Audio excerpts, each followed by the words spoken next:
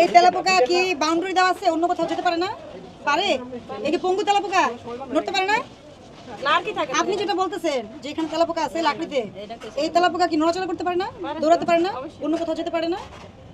এই এটার ফুটেজটা নেন। উফ, একেবারে বিশ্রী অবস্থা, একেবারে বিশ্রী অবস্থা। আমার কি লাগতেছে, এটা নাড়া দেন। এই কাটটা নাড়া দেন, এই কাটটা নাড়া দেন, নাড়া দেন কাটটা।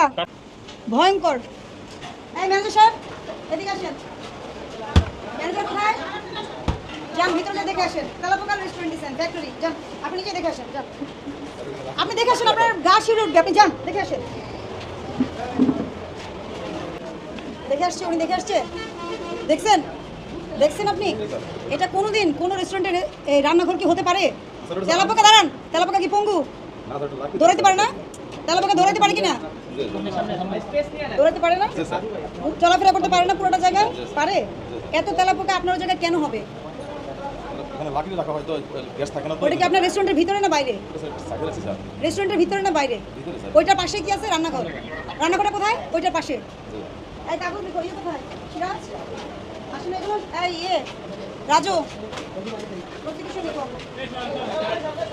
মূল্য তালিকা কোথায় আপনার? আপনি কি মালিক? নাম কি আপনার? মূল্য তালিকা কোথায়? এটার দাম কত? এটা কি রোস্ট? কত? 120 টাকা। আপনি যত ধরনের খাবার দেন মূল্য তালিকা থাকতে হবে। লাইসেন্স আছে? Trade licence? পলিথিন দিয়ে রাখছেন, এটা তো পলিথিন দিয়ে ঢেকে রাখছেন। না স্যার, ওটা পানিতে তো নষ্ট না হয় জন্য আর কি। হ্যাঁ, আর খাবার রান্নাঘরে তেলাপোকার বাসা। দেন আপনি কি করেন? বসেন, ওখানে বসেন। কাগজপত্র আসবে, কাগজপত্র আসলে ব্যবস্থা হবে। বসেন ওখানে। এই গাবতলী এলাকায় আপনাদের এই রেস্টুরেন্টগুলো নিয়ে প্রচুর অভিযোগের কারণে আমরা আসতে বাধ্য হয়েছি। এসে যে সিনারিও দেখলাম খুবই খারাপ সিনারিও।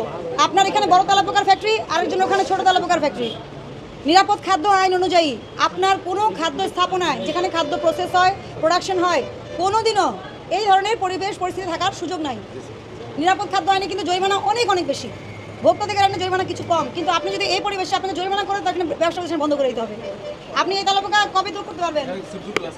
আপনি আজকে সব বন্ধ করে দেন। আর আপনি দূর করে খাবারে গেলে তো আর লাভ নাই দৌড়ে। আপনি সব কিছু বন্ধ রাখেন 2 দিন।